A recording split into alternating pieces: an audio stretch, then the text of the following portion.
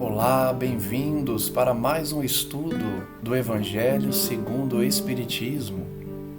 Estamos no capítulo 5º, Bem-aventurados os aflitos, um capítulo extenso que já vai para a 6ª edição, somente desse capítulo, em que analisamos as observações de Kardec e as instruções dos Espíritos sobre diversos temas complexos para o Espiritismo, relativos à dor, ao sofrimento, à expiação e às necessidades de cada um no enfrentamento dessas dificuldades.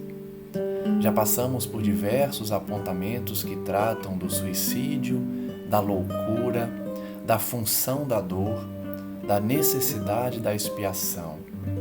E agora vamos passar pelos pontos da melancolia, modernamente chamada de depressão, e também de algumas perguntas feitas à espiritualidade sobre a redução do sofrimento que nós devemos aplicar aos outros, da eutanásia e também de fatores relativos à nossa conduta no enfrentamento das dificuldades, especialmente do sofrimento. Continuemos, portanto, no item 25, que trata da melancolia, que modernamente nós sabemos que é chamado de depressão. Antigamente era chamado de melancolia. Vamos ver então qual a mensagem que o Espírito que narrou esse texto, tem a dizer sobre a melancolia. Sabeis por que às vezes uma vaga tristeza se apodera dos vossos corações e vos leva a considerar amarga a vida? É que vosso espírito, aspirando à felicidade e à liberdade, se esgota, jungido ao corpo que lhe serve de prisão, em vãos esforços para sair dele. Percebam que a primeira pergunta feita então pelo Espírito é do porquê que algumas pessoas sentem essa tristeza que se apodera dos seus corações. Ele mesmo responde dizendo que essa tristeza vem quando nós nos esgotamos. Aspiramos à felicidade, aspiramos à liberdade, mas ficamos cansados, esgotados, porque estamos encarnados nessa prisão e não conseguimos sair muitas vezes de situações de sofrimento.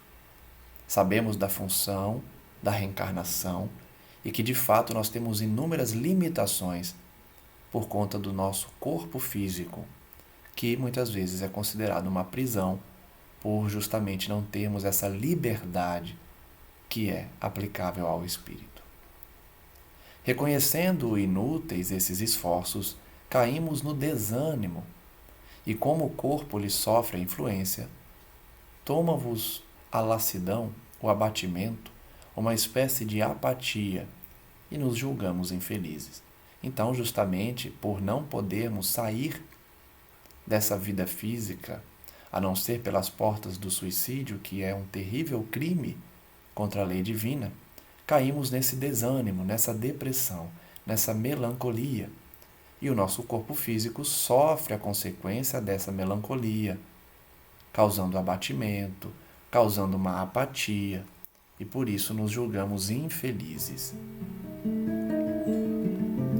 O Espírito então nos pede: acredite, resiste com energia a essas impressões. Resistamos, portanto, a essa melancolia, porque ela nos enfraquece a vontade. A melancolia, esses sentimentos, essas tristezas são inatas no espírito de todos os homens, porque muitas vezes a ausência de aspirações para o bem, por uma vida melhor, causa essa melancolia. O Espírito então revela que esse desejo, essa aspiração pelo bem, pela vida melhor, são inatas ao nosso espírito. Nós todos carregamos essa aspiração por algo melhor. Porém, não devemos buscar nesse mundo.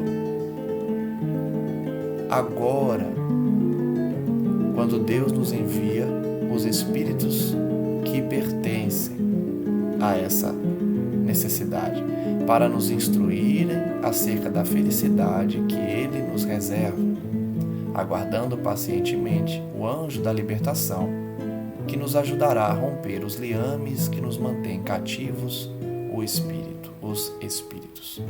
Então, as aspirações por uma vida melhor, nós não devemos buscar neste mundo, pois aqui não pertencem. Devemos aproveitar a oportunidade que Deus nos concede com o Espiritismo. Ele envia espíritos que nos instruem sobre a felicidade futura no reino real de Deus, que é o reino da espiritualidade, e que nós devemos aguardar de forma paciente essa libertação, essa desencarnação, esse retorno à pátria espiritual. Então, aqui a entidade revela a função do Espiritismo, a função dessas mensagens que serve de instrução sobre a felicidade futura e para termos paciência, pois retornaremos ao mundo espiritual na hora adequada, justamente trazendo essa libertação. A entidade prossegue dizendo que durante o nosso degredo aqui na Terra, temos que desempenhar uma missão que nós muitas vezes não suspeitamos. Essa missão pode ser a dedicação à família, o cumprimento das obrigações que Deus nos confiou. Isso tudo são obrigações, deveres que trazemos quando reencarnamos. Deveres com a família, deveres com as obrigações que Deus deu a cada um, confiando em nossas mãos esses trabalhos. E ele diz: se durante a nossa reencarnação, durante esse degredo provação, ou seja, essa prisão em que nos encontramos, devendo expiar e provar os maus cometidos no passado, se nós durante essa trajetória estamos exonerados desses encargos, desses deveres, e desabarem sobre nós os cuidados, as inquietações e as tribulações, sejamos fortes, corajosos para suportá-los. Vejam então o conselho da entidade. Se as expiações caírem sobre nós, tenhamos força, coragem e não deixemos as inquietações e tribulações dominarem o nosso sentimento, nos levando à depressão. Ela nos pede a enfrentarmos resolutos essas expiações, corajosos, porque elas vão durar pouco tempo e nos conduzirão à companhia de amigos por quem choramos e que ficam felizes por nos vermos de novo entre eles. Devemos, portanto, suportar as expiações porque elas duram pouco tempo.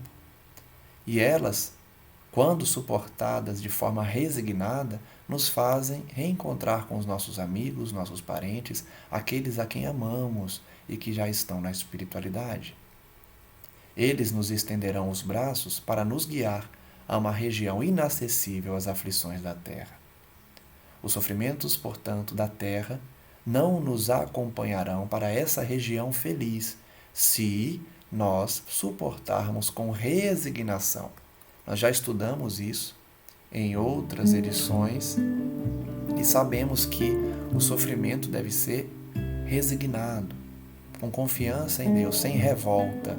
Dessa forma, reencontraremos os amigos e retornaremos a essa região feliz na espiritualidade. Essa bela mensagem foi ditada por François de Geneve, em Bordeaux. Vejamos mais uma mensagem dos Espíritos sobre o tema de hoje. Provas voluntárias, o verdadeiro cilício. Cilício é o instrumento, que os sacerdotes utilizavam para as penitências, para o sofrimento que eles impunham a eles próprios. Então tem aqueles chicotes, com espinhos na ponta para machucar as suas costas, como forma de penitência, como forma de sofrimento voluntário para demonstrar a Deus o arrependimento. Vamos ver o que esse Espírito tem a dizer sobre as provas voluntárias. Perguntais se é lícito ao homem abrandar suas próprias provas. Então vejam que essa pergunta é muito importante, muito presente, principalmente naqueles que estão começando a estudar o Espiritismo. Se nós renascemos com várias expiações e provas, nós deveremos diminuir essas dores, essas expiações, ou devemos deixar que essa dor chegue ao máximo, porque é a vontade de Deus? Ele diz, essa questão equivale a uma outra questão. É lícito aquele que se afoga cuidar de salvar-se? Vejam que ele faz uma pergunta que faz parecer muito óbvia a resposta da primeira pergunta. Nós devemos abrandar nossas provas? Diminuir nossas dores? Ele então pergunta, alguém que está morrendo afogado tem o dever ou é lícito que ele se salve? Aquele que se machucou com um espinho deve retirá-lo?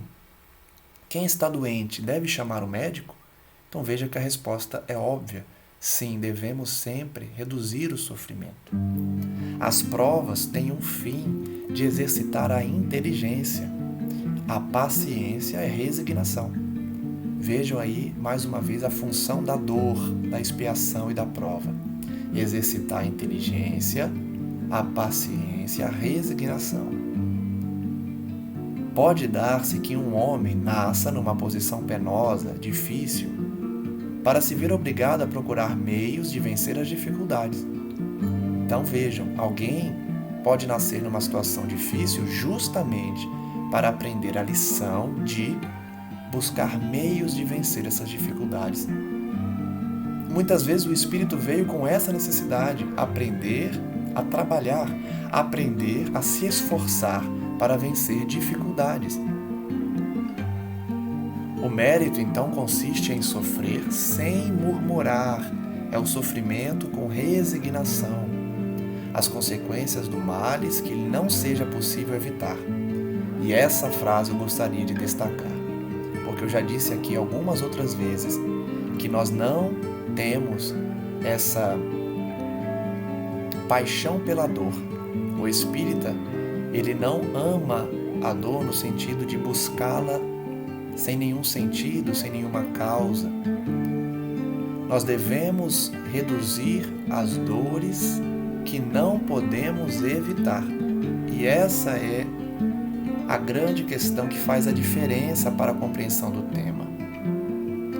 As dores que nós não conseguimos evitar, essas sim, nós devemos ter resignação e ir lidando com ela pouco a pouco até que ela acabe.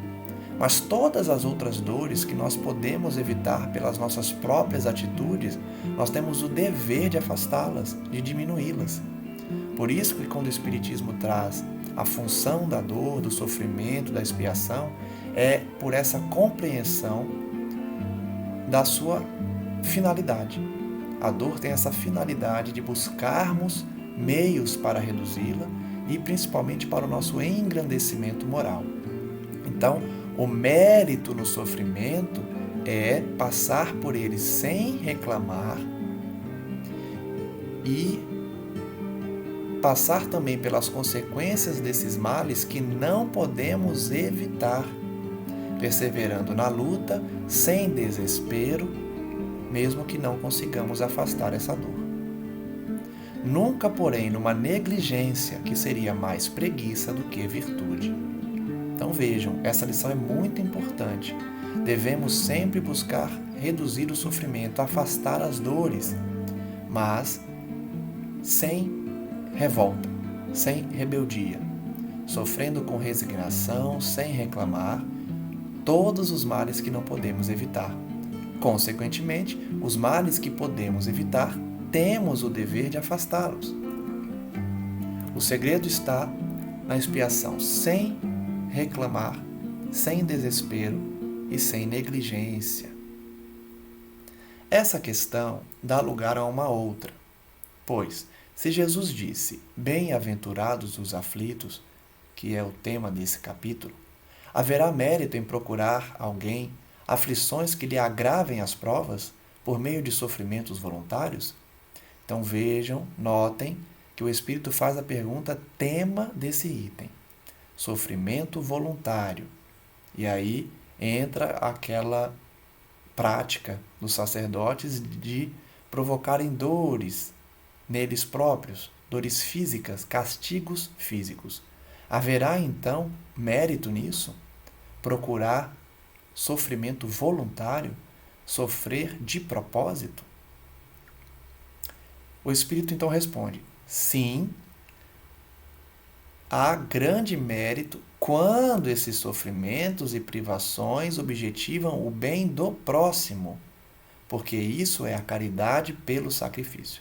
Então, a única hipótese que um sofrimento voluntário traz um mérito para o indivíduo é quando esse sofrimento voluntário é causado para fazer bem a alguém, a outra pessoa, ao próximo.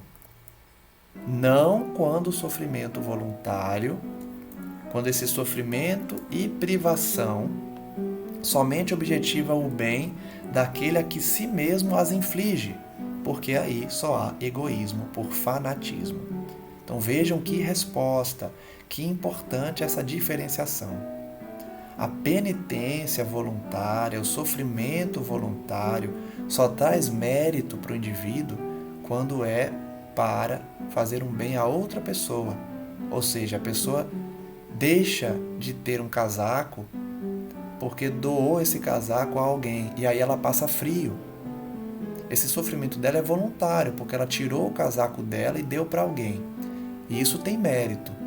Agora, quando é um sofrimento por penitência própria, sofrimento voluntário, por exemplo, que os sacerdotes faziam através dessa prática, não há um mérito, há fanatismo. E aí ele diz, grande diferença aqui se faz. Pelo que vos respeita pessoalmente, conteitai-vos com as provas que Deus vos manda, e não lhes aumenteis o volume, já de si por vezes tão pesado. Então vejam que importante essa lição. Não devemos buscar a ampliação do nosso sofrimento. Muitas pessoas se veem mergulhadas no sofrimento e aumentam esse sofrimento. Não buscam os meios para reduzir, porque estão querendo se punir. É muito comum isso na psicologia, na psiquiatria, em que esses estudiosos, esses profissionais conseguem identificar essa postura do paciente.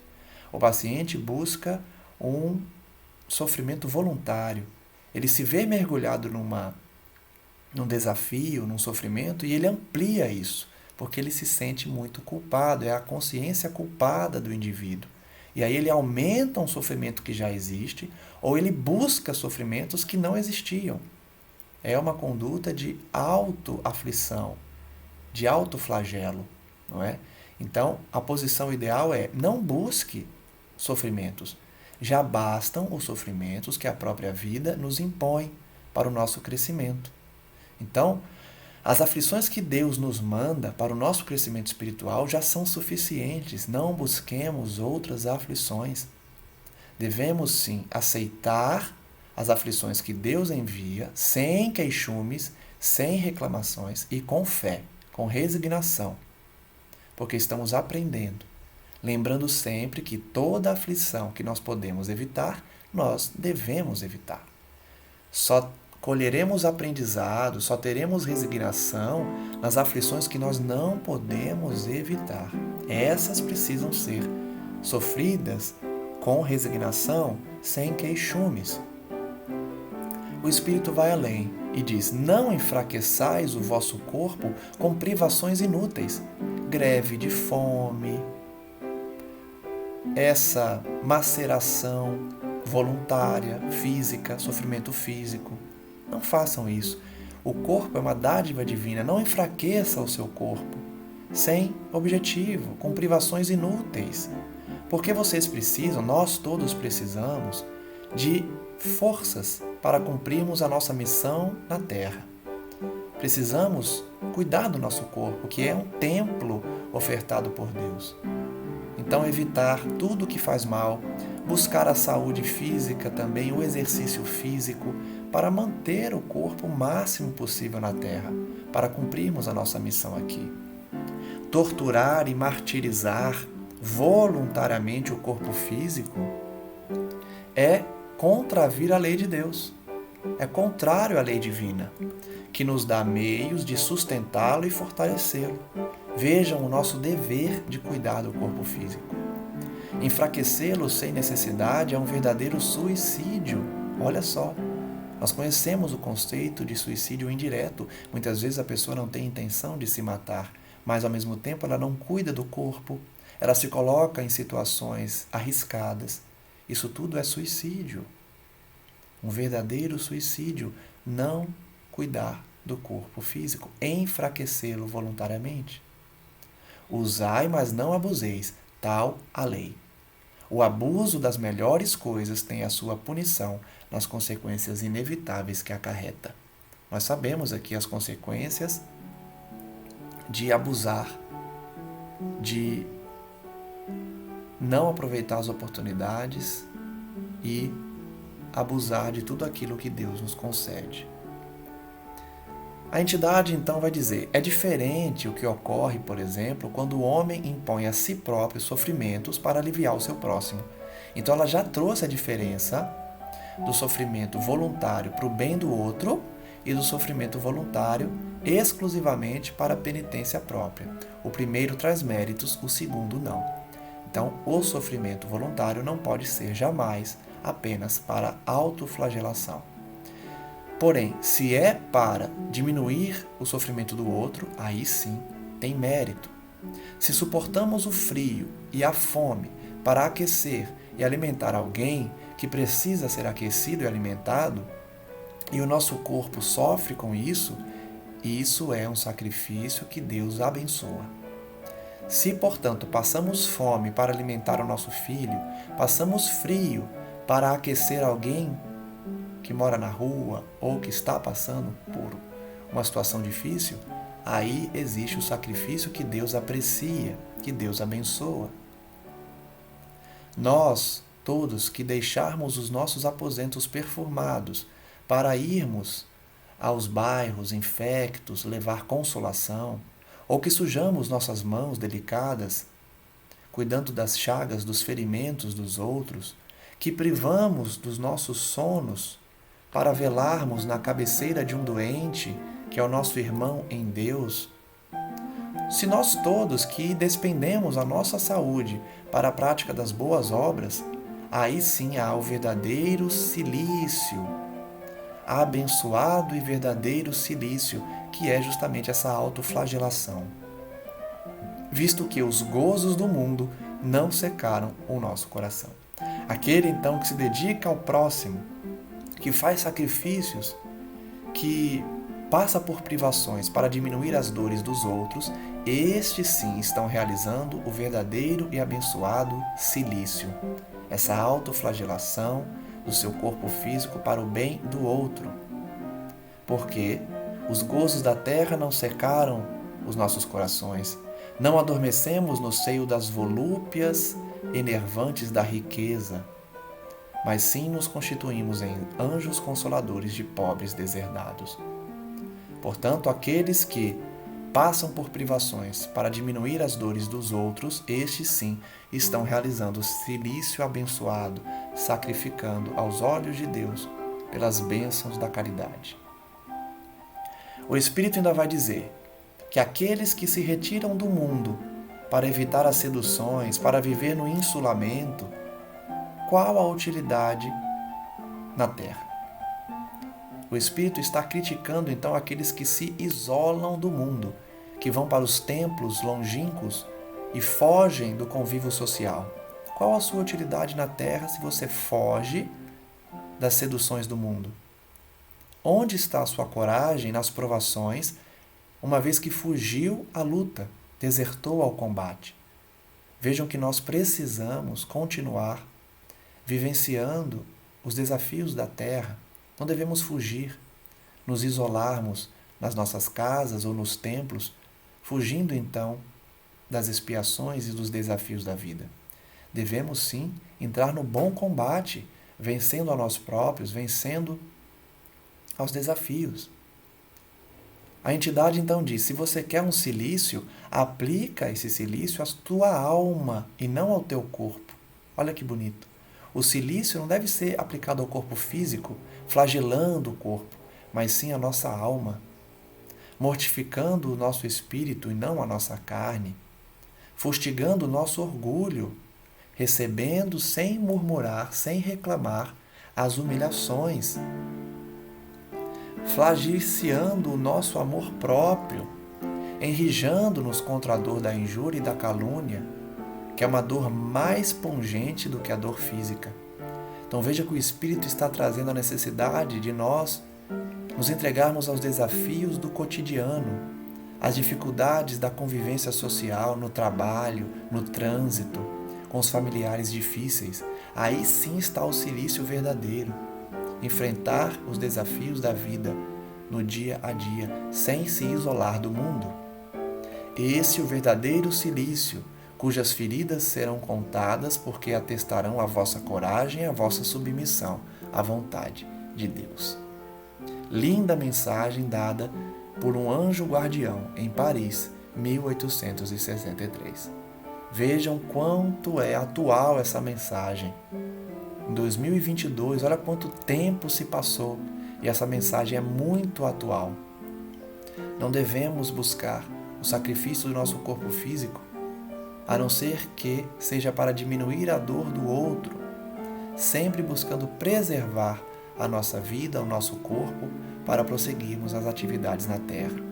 Esse é o verdadeiro cilício, sacrificar em favor do outro, sem reclamar das feridas e das humilhações da convivência comum.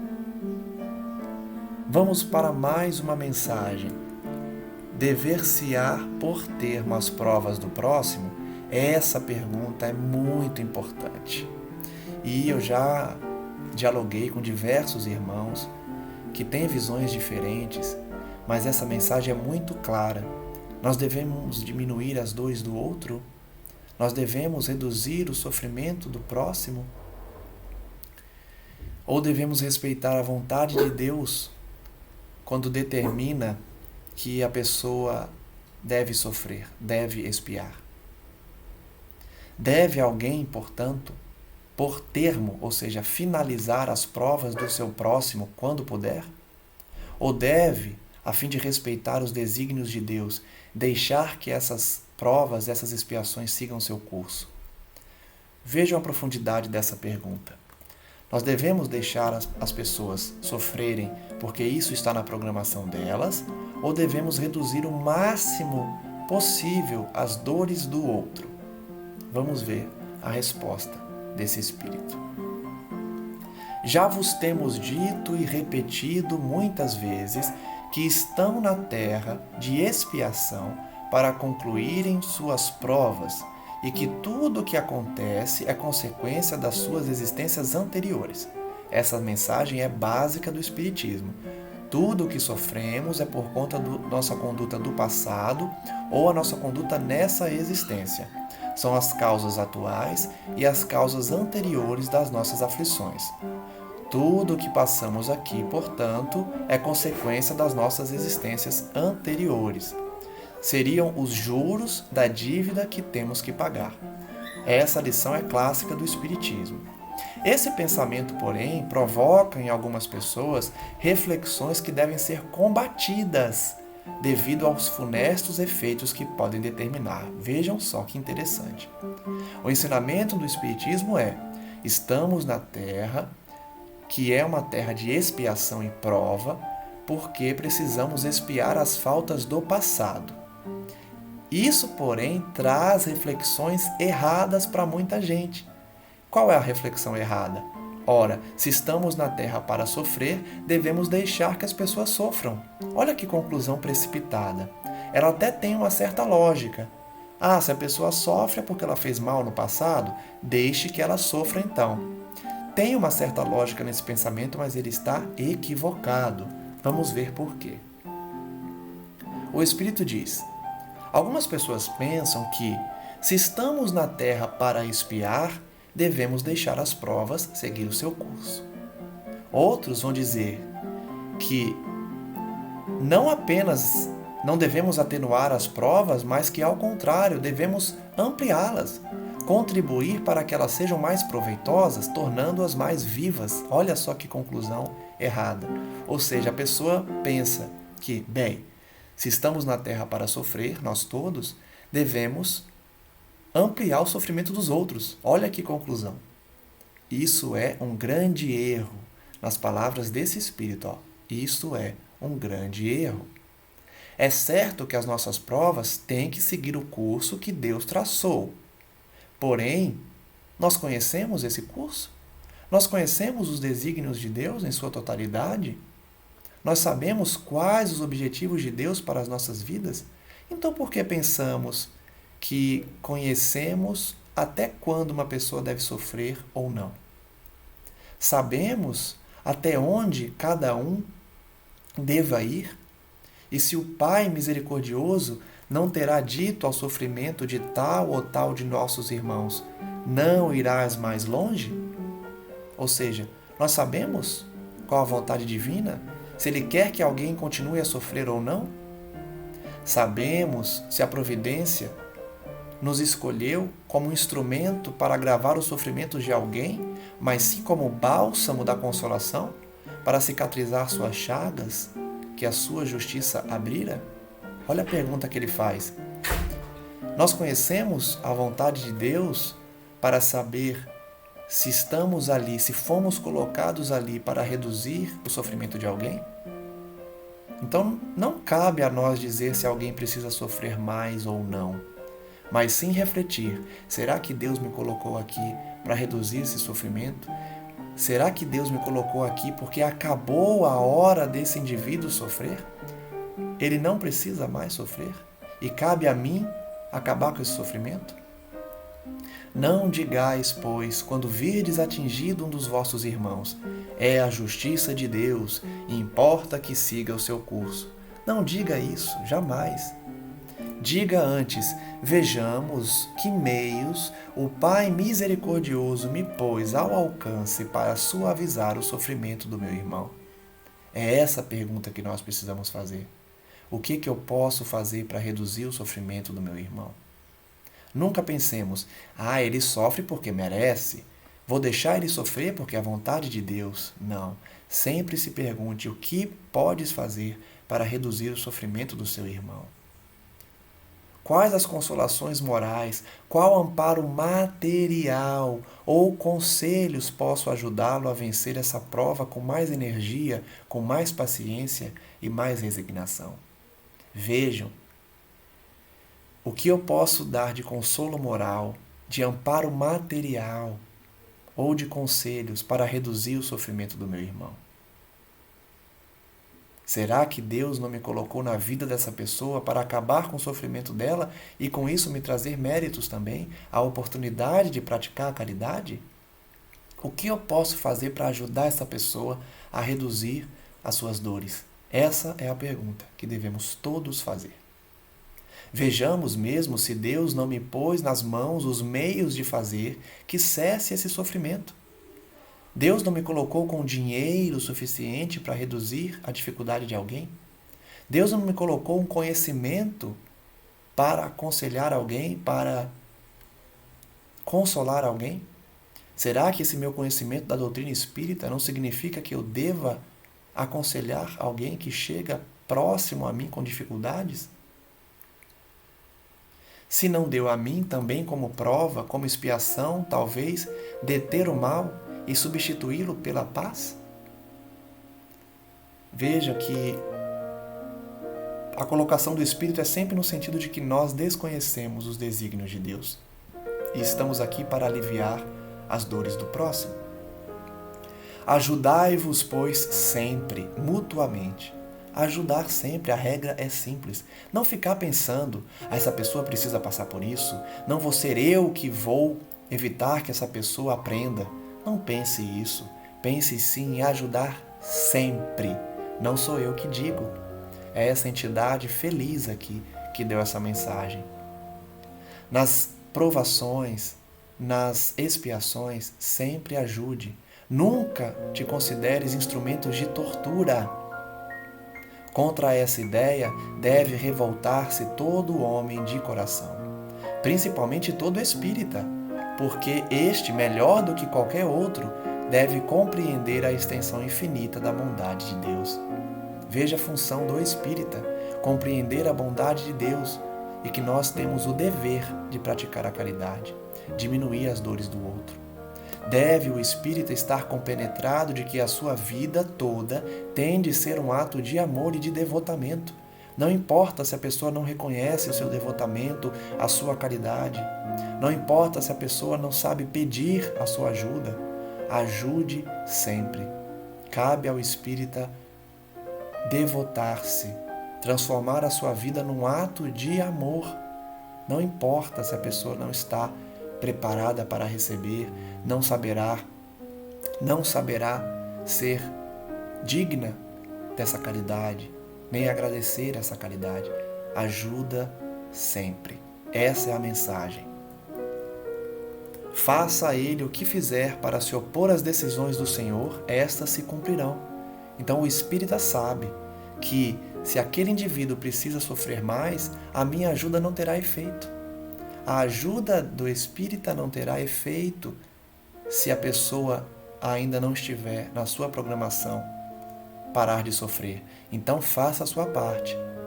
Se para Deus aquela pessoa precisa continuar sofrendo, a sua ajuda não terá o efeito que você espera, mas você terá feito a sua parte. O espírita então deve estar compenetrado disso.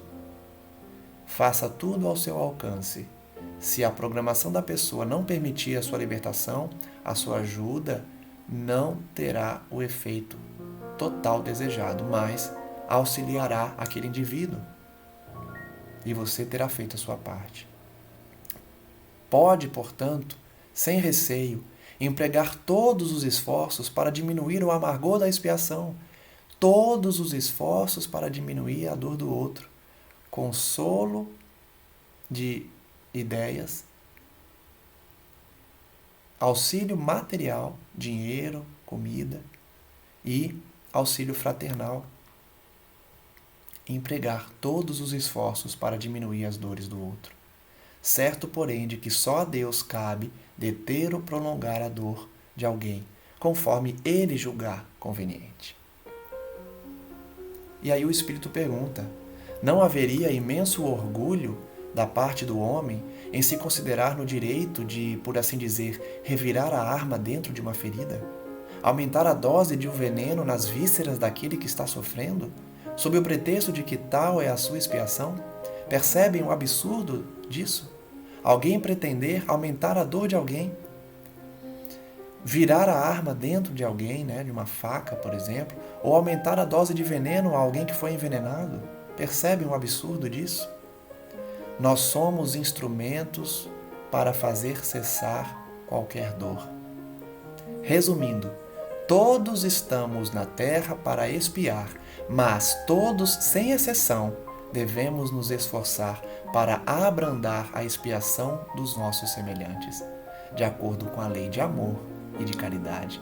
Por isso que sempre destaco Chico Xavier, Francisco de Assis, Madre Teresa, que nunca deixaram de ajudar porque a pessoa não está pronta, porque a pessoa não agradece, porque a pessoa não pede ajuda. Ajude sempre. A essa postura estará de acordo com a lei de amor e a lei de caridade. Todos, sem exceção, devem se esforçar ao máximo para abrandar a expiação dos nossos semelhantes. Essa é a mensagem de Bernardino, um espírito protetor, em Bordeaux, 1863. Vejamos agora o tema eutanásia. Será lícito abreviar a vida de um doente que sofra sem esperança de cura? É lícito praticar a eutanásia? Um homem que está agonizante, presa de cruéis sofrimentos, seu estado é desesperador. É lícito então poupar-lhe alguns instantes de angústias, apressando o fim? A eutanásia é lícita? Vamos ver a resposta dos Espíritos. Quem vos daria o direito de pré-julgar os desígnios de Deus?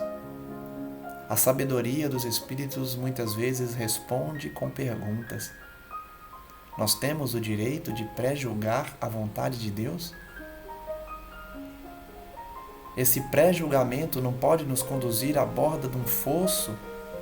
Aliás, a vontade de Deus, os desígnios de Deus, não podem levar alguém à borda de um fosso para logo o retirar daí, para fazê-lo voltar a si e alimentar ideias diversas da que ele tinha antes.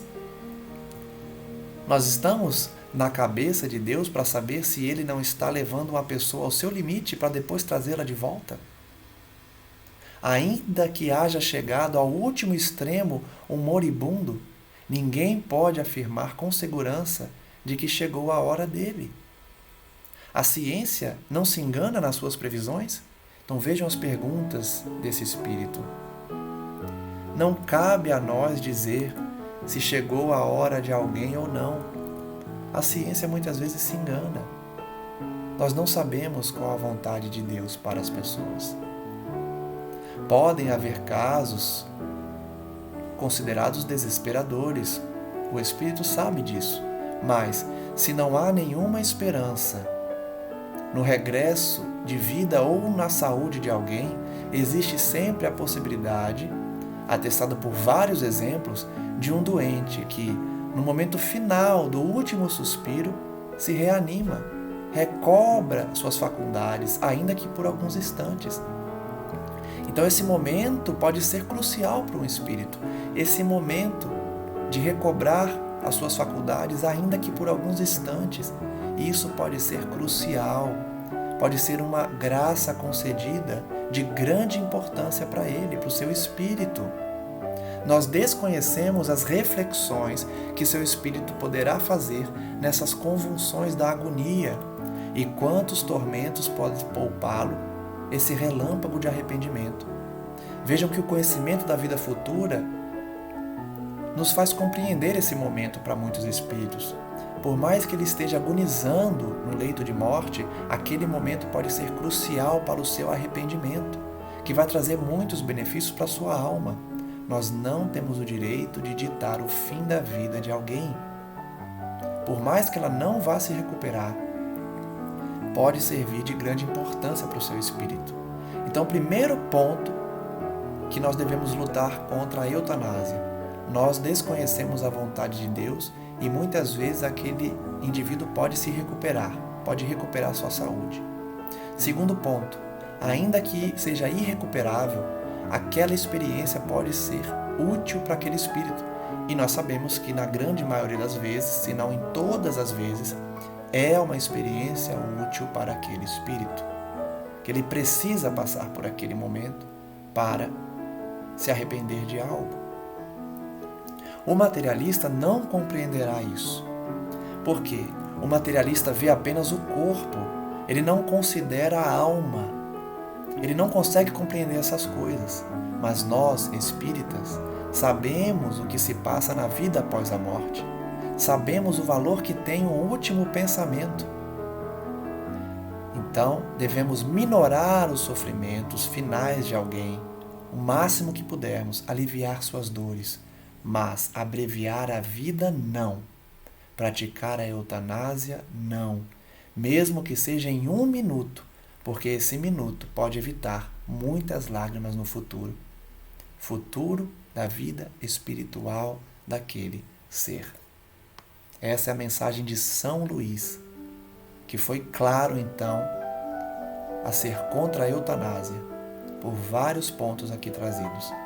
Mensagem ditada em Paris, 1860. Vejamos, por fim, o item 29, sacrifícios da própria vida.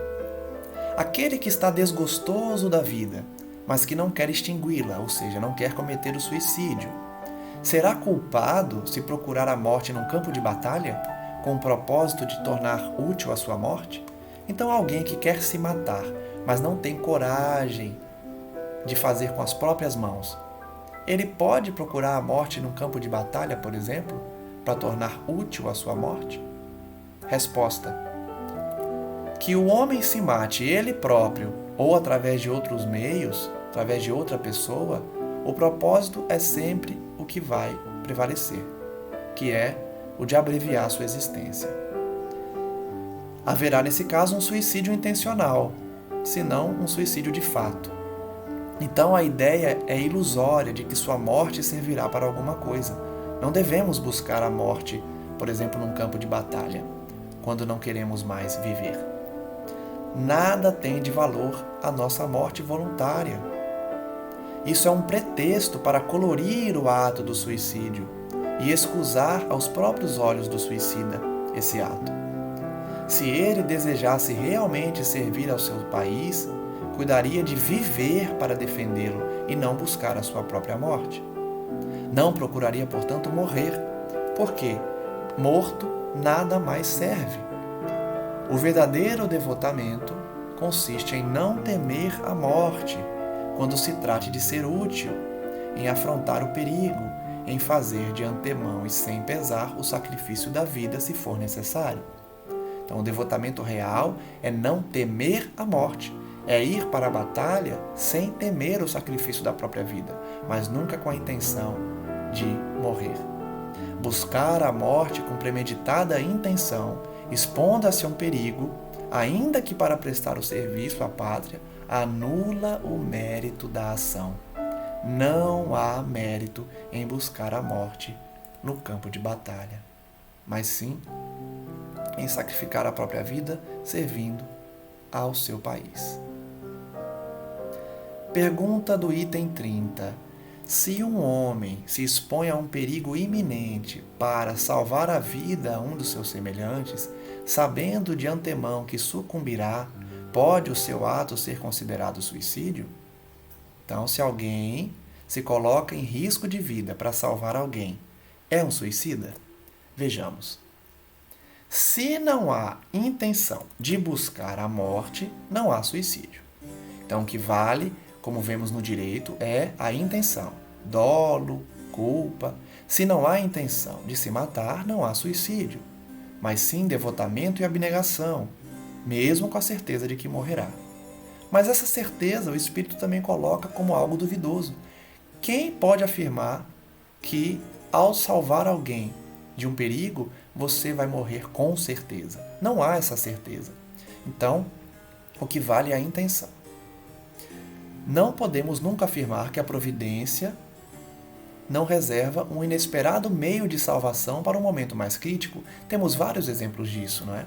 Pessoas que passam por momentos críticos e não morrem. Então, quando alguém busca salvar alguém, outra pessoa sem qualquer intenção de morte, de suicídio, o que vale é essa intenção. Porque muitas vezes Deus pode afastar o perigo da morte. Não poderia ela salvar mesmo aquele que se achasse diante da boca de um canhão, por exemplo? Pode muitas vezes dar-se que ela queira levar ao extremo limite a prova da resignação, e nesse caso, uma circunstância inopinada desvia o golpe fatal. Em resumo, São Luís nos ensina que, se nós entregamos a nossa vida para salvar alguém, aí há um ato de caridade, não há suicídio, mesmo sabendo que existe uma grande chance de morte. O que vale é a intenção, porque não sabemos se Deus pode nos livrar de uma morte ou pode nos salvar, muitas vezes, numa situação que muitos achariam irreversíveis. Proveito dos sofrimentos para outrem, já finalizando o estudo desse capítulo. Mais uma pergunta feita às entidades superiores. Os que aceitam resignados os sofrimentos por submissão à vontade de Deus e tendo em vista a felicidade futura, não trabalham somente em seu próprio benefício? Poderão tornar seus sofrimentos proveitosos a outrem? Olha que pergunta profunda também, de muita filosofia. Aqueles que sofrem, submetidos então à vontade de Deus, visando a felicidade futura, não seria algo egoísta nisso? Eu aceito sofrer porque estou pensando no benefício futuro? Vejamos a resposta dos Espíritos. Esses sofrimentos podem ser proveitosos para outras pessoas, material e moralmente. Material, se pelo trabalho, pela privação, pelo sacrifício que essa criatura se impõe, contribua para o bem-estar material dos seus semelhantes. Então, existe o sacrifício para o bem-estar do outro, pode ser material, quando nós nos privamos de algo material para o bem-estar do outro, ou pode ser moral, pelo exemplo que oferecemos de submissão à vontade de Deus. Esse exemplo do poder da fé espírita pode induzir os sofredores à resignação e salvá-los do desespero e de suas consequências funestas para o futuro. Então vejam que a resposta de São Luís, mais uma vez, é no sentido de que nós podemos nos privar materialmente ou moralmente, sempre com a intenção de contribuir com o bem-estar do próximo, que esse bem-estar pode ser material ou moral. Esse é um exemplo do poder da fé espírita, ou seja, na fé da crença na vida futura, que diminui as dores dos sofredores e traz resignação também para aqueles que estão em desespero das consequências para o futuro. Então, a resposta justamente é que sofrer, visando justamente esse benefício futuro, torna proveitoso o sofrimento também para outras pessoas. Tudo levará em conta a intenção do agente no sentido de diminuir as dores do próximo. Finalmente, então, encerramos o estudo do capítulo 5 do Evangelho segundo o Espiritismo. Tratamos aqui de um capítulo extenso, porque de fato traz muitos ensinamentos sobre a expiação, as causas anteriores, o porquê do sofrimento, não é?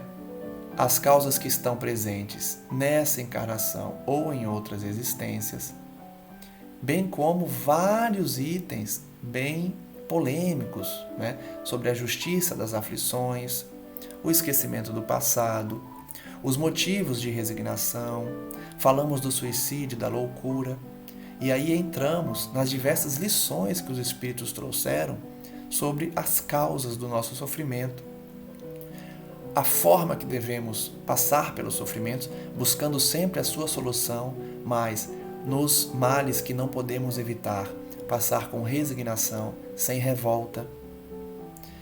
Aprendemos aqui a lidar com a desencarnação das pessoas queridas, com as desencarnações prematuras, com os tormentos voluntários.